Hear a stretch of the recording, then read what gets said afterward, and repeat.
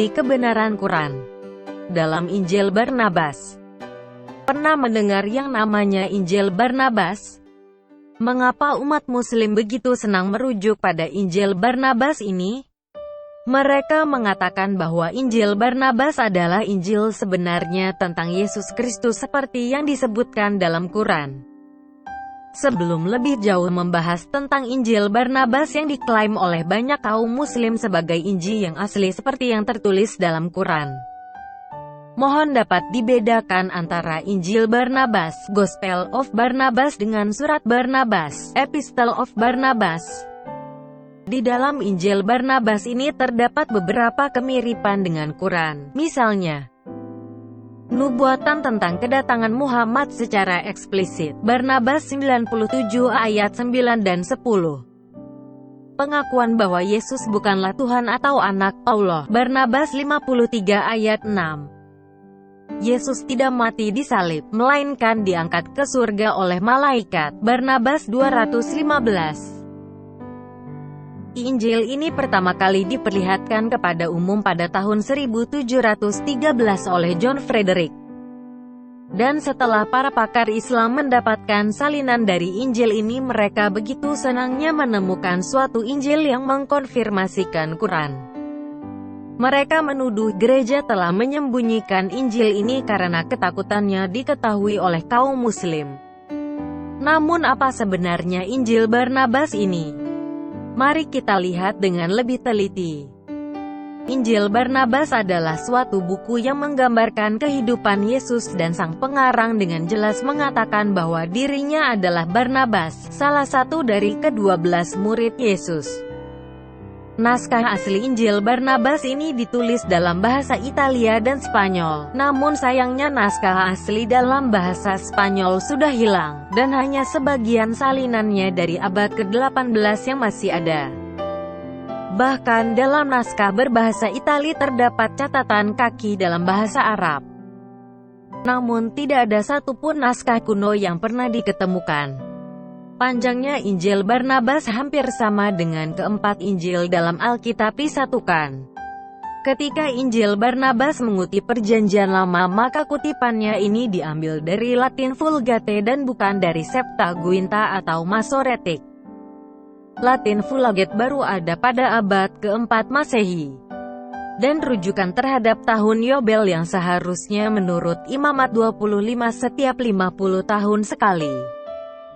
Injil Barnabas mengartikan tahun Yobel setiap 100 tahun sekali seperti yang diputuskan oleh Paus Boniface ke-8 pada tahun 1300. Kita sudah lihat beberapa hal di mana Injil Barnabas bertentangan dengan Alkitab sebelumnya. Namun bagaimana isi dari Injil Barnabas ini bila dibandingkan dengan Quran dan kenyataan? Mari kita lihat beberapa contohnya saja, karena akan terlalu panjang. Kontradiksi dengan Alkitab dan Quran. Yesus bukan Mesias, Al-Masih. Barnabas 83, 97, 4. Muhammad adalah Mesias, Al-Masih, Barnabas 97. Ismaik adalah keturunan dari Mesias, Al-Masih, Barnabas 190, 191, 208, 40. Allah menciptakan segala sesuatu untuk Mesias, Al-Masih, Barnabas 191. Kontradiksi dengan Quran. Muhammad akan masuk ke neraka dan menjadi takut karena menanggung hukuman bagi orang lain, Barnabas 137. Allah adalah Bapa kita, Barnabas 17. Maria melahirkan Yesus tanpa sakit, Barnabas 3. Injil Barnabas dan anakronisme. Yesus berlayar ke Nazaret, Barnabas 20. Nazaret berada di tengah daratan. Bagaimana mungkin Yesus berlayar ke Nazaret? Berhala orang Romawi Maha Kuasa, Barnabas 152. Orang Kanaan membenci orang Farisi, Barnabas 144. Orang Romawi mempunyai 28.000 berhala, Barnabas 152. Senat Romawi melarang orang untuk memanggil Yesus sebagai anak Allah, Barnabas 157. Bangsa Israel mengatakan bahwa Yesus adalah anak Allah. Barnabas 83, 88, 1939, 72.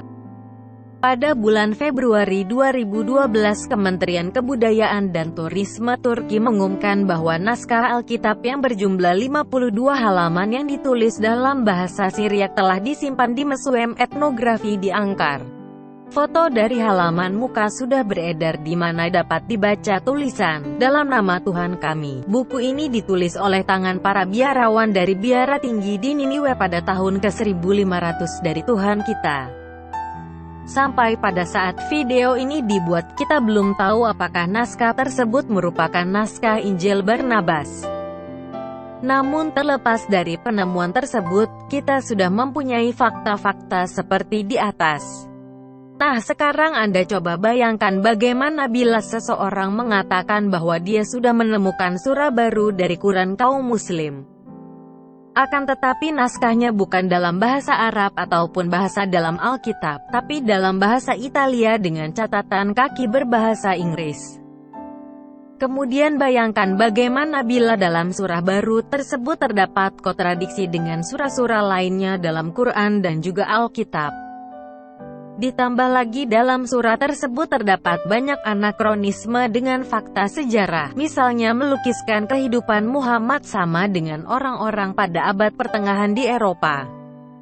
Apakah kaum muslim masih akan percaya? Kaum muslim juga tentunya akan bertanya bagaimana dengan isnad, rangkaian penyampaiannya, apakah ada sudah diverifikasi?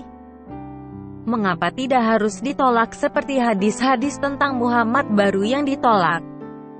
Jadi bagi mereka kaum muslim yang tertarik dengan Injil Barnabas karena mengandung bukti-bukti bahwa Yesus itu bukan Tuhan dan Muhammad dinubuatkan, tolong untuk berpikir lebih panjang setelah menonton video ini.